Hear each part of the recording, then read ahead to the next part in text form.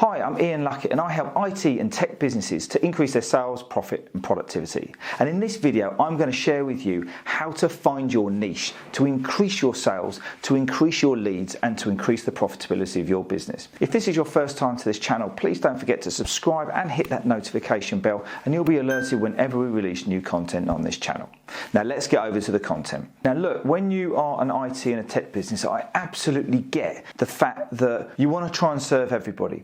And whether you're in IT support, whether you're software, whether you're a CTO, whatever it is that you're doing, normally people start out businesses where they're trying to serve everyone. Well, let me tell you something. If you're trying to serve everyone, you're going to end up serving no one. And the reason for this is because your message is not going to resonate. You're not going to be known as a specialist. You're not going to be known as that expert who's going to solve my problem. So once you've found your niche, you will target your market much tighter. Your messaging will be on point. You will increase your leads. You will increase your sales and you'll become known as an authority in your field. So what is a niche? A niche is a specialism. It's a sector, it's an area, it's a part of business that you particularly work in. So for example, Cisco really do niche quite a bit on their servers. ConnectWise, it's all about the platform, it's all about helping the software and it's helping the systems in place. And the sooner you find your niche, it'll increase your sales and profits no end. So here we go. Step one, N for niche means need. What need are you actually solving for your potential prospect or your client? What is it that they're trying to achieve? Now, the thing we've got to be a little bit careful about here is what are you selling and what are they buying? You're selling tech, but that's not what they're buying. They're buying a peace of mind, they're buying a feeling, they're buying security, they're buying simplicity, they're buying productivity. So that's N.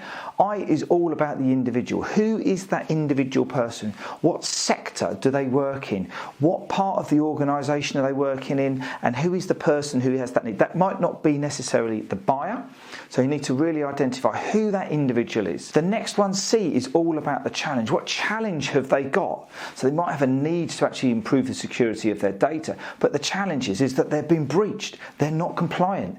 And they're in a real issue here because their whole business is in a problem because they've got a challenge that you need to go and fix. Then the H is all about history. What history have you got? Where have you been brilliant before? Where have you had an expertise before where you can bring in and say, I've dealt with this in a care home scenario. I've dealt with this in logistics. I've dealt with this within car dealerships or whatever it might be, the niche, the sector that you've worked in before. Where is your history of your expertise, your experience, and then the evidence? And then the E, the final part of E, is all about expectations. What expectations do they want out of it? What are they going to end up with at the end? What's the end result?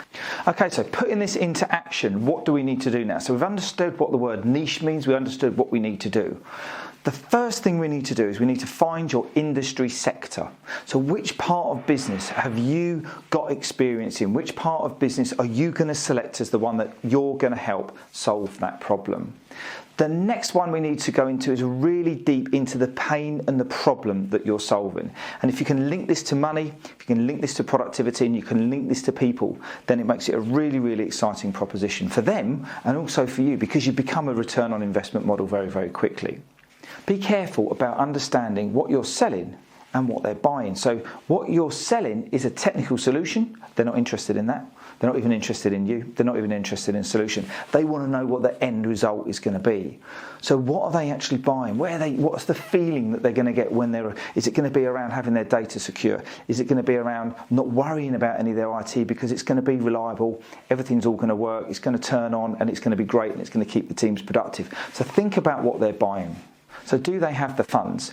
We need to make sure that the people that you're out there marketing have actually got the cash to pay you. Because if they haven't got the cash to pay you, then how are you going to earn some money? So make sure that they are in a position to invest in you. Make sure that you understand who the buyer is. Make sure you understand that they have a budget. And you want to try and understand as much as you can about that. Once we know all of this more detailed information, then craft your marketing message. Put it all the way around the things that they're going to get, the benefits they're going to get, and the end result that they're trying to achieve, rather than what they're in right now. Take them away from the pain, move them into the pleasure state when they're actually afterwards and you've onboarded them and they're happy and they're feeling much better about engaging with you because you're an expert in their field solving the problem that they want. And then the next step is we need to test and we need to make sure we've got validation. So who in your network do you know you could run this idea through, whether it's a product, service or solution, who's going to help you to validate and make sure that you haven't just dreamt up something that no one needs. Now, you've gone all the way around the process so far and it should be really quite straightforward. Don't forget, when you're moving towards the proposal, build in your credibility, build in your speciality. It could be in the sector, it could be your technical speciality, it could even be with a previous customer where you've got a great case study or something like that.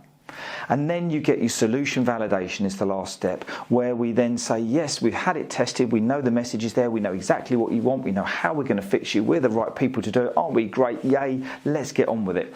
And if you can make that into a return on investment model so that you become free, your service produces more value in their organisation than it costs, then everyone is a winner.